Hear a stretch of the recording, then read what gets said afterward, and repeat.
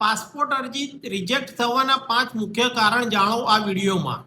અરજીમાં નામ, જન્મ તારીખ અથવા તો અન્ય વિગતો આધાર અથવા અન્ય દસ્તાવેજો સાથે મેળ ના ખાતી હોય. કારણ નંબર 2, ખોટા અથવા તો અધૂરા દસ્તાવેજ અપલોડ કરવાથી અરજી વેરિફિકેશનમાં અટકી શકે છે. કારણ નંબર 3, ખોટા સરનામાનો પુરાવો અથવા તો જે સરનામું લખ્યું છે તે સાબિત ના કરી શકાય તો સમસ્યા થઈ શકે છે.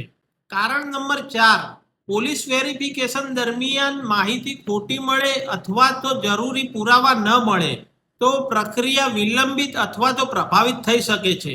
અરજી કરતી વખતે ખોટી માહિતી આપવી અથવા તો મહત્વની માહિતી છુપાવવી તે ગંભીર સમસ્યા ઊભી કરી શકે છે. પાસપોર્ટ માટે અરજી કરતા પહેલા દરેક દસ્તાવેજ અને વિગતો 2 વાર ચકાસો, જેના કારણે તમારી અરજી સરળતાથી આગળ વધશે.